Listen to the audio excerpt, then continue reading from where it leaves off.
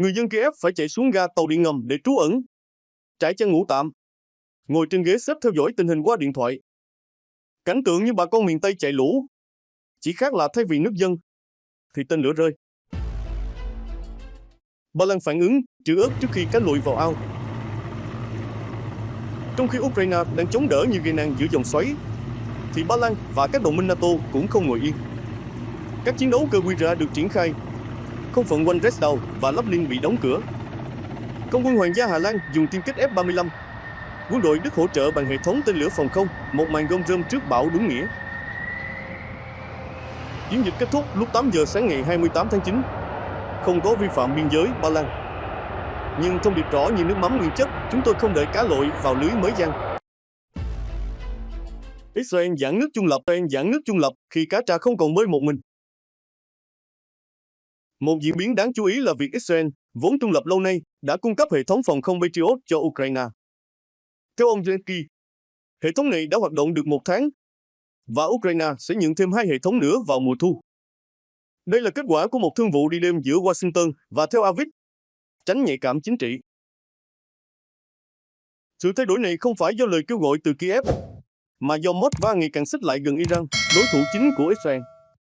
Một cú đổi dòng như cá tra gặp nước mặn, buộc phải bơi về phía khác để sống còn. Phân tích khi ORBN lật chuồng và Ukraine lội ngược dòng. Cuộc khẩu chiến giữa Hungary và Ukraine không đơn thuần là chuyện UAV bay vài mét. Nó là biểu hiện của một cuộc đấu tranh địa chính trị phức tạp, nơi các quốc gia nhỏ như Hungary đi dây giữa quyền lợi và lập trường. Còn Ukraine thì lội ngược dòng giữa biển lửa để giữ lấy chủ quyền. Thủ tướng Orbán, với phong cách trâu già lật chuồng, đang cố gắng giữ vị thế đặc biệt trong EU bằng cách không theo dòng chính. Nhưng cái giá phải trả là sự cô lập ngày càng rõ rệt.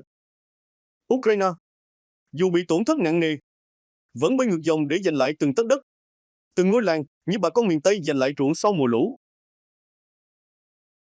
Và trong khi các nhà quản lý vĩ mô còn đang đếm từng con cá trong ao, thì người dân Ukraine đang sống trong cảnh gió chướng thổi qua xóm nghèo, từng ngày đối mặt với tên lửa, UAV và mất mát.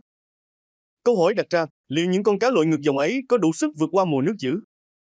Alex Richard cảnh báo, Nga đang thả lưới bắt cá mập mà không biết mình đang bơi giữa đàn cá kiến. Alex Richard, cựu quan chức cấp cao Lầu Năm Góc, ví von như người nông dân nhìn trời đoán mưa, Moscow đã tính toán sai lầm chiến lược cơ bản khi bắt tay Iran. Theo